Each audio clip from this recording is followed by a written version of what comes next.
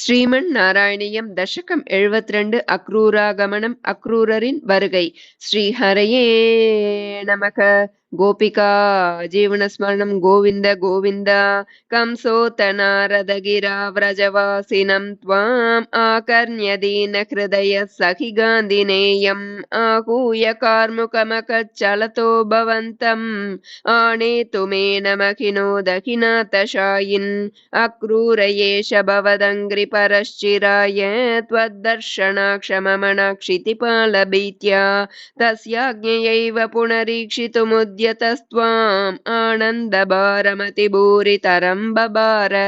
सोऽयं रतेन सुकृती भवतो निवासं गच्छन्मनोरथगणां स्वयि धार्यमाणान् आस्वादयन् मुहुरपाय भयेन दैवं सम्प्रार्थयन् पति न किञ्चिदपि व्यजानात्। द्रक्ष्यामि वेदशतगीतगतिं पुमांसं स्प्रक्ष्यामि किं स्विदपि नाम परिष्वजेयं किं वक्ष्यते स खलु मां क्वनु वीक्षितः स्यात् इत्थं निनाय स भवन्मयमेव मार्गम् भूयः क्रमादभिविशन् भवदङ्घ्रिपूतं बृन्दावनं हरविरिञ्च सुराभिवन्द्यम् आनन्दमग्न इव लग्न इव प्रमोहे किं किं दशान्तरमवापन पङ्कजाक्ष पश्यन्न वन्दत भवद्विहृतिस्थलानि पांसुष्ववेष्टत भवच्चरणाङ्कितेषु किं ब्रूमहे बकुजना कि तदापि जाताः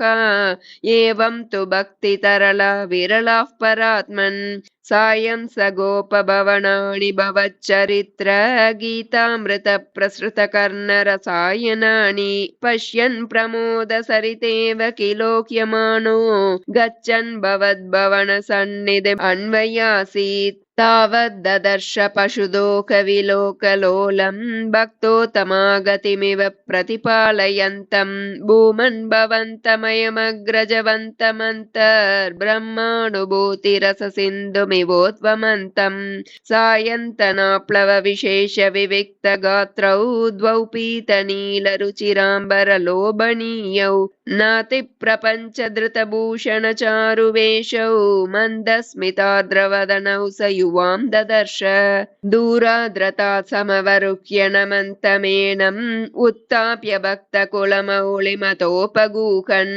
हर्षान्विताक्षरगिरा कुशलानुयोगी पाणिं प्रगृह्य सबलोत गृहं निनेय नन्देन साकममितादरमर्चयित्वा तं यादवं तदुदितां निशमय्य वार्तां गोपेषु भूपतिनिदेशकतां निवेद्य नानाकथाभिरिहतेन निशामणैषीः चन्द्रागृहे किमुत चन्द्रभगागृहेनु राधागृहेनु भवने किमु मैत्रविन्दे दूतो विलम्बते इति प्रमदाभिरुच्चैः आशङ्कितो निशिमरुत्पुरनाथपायाः।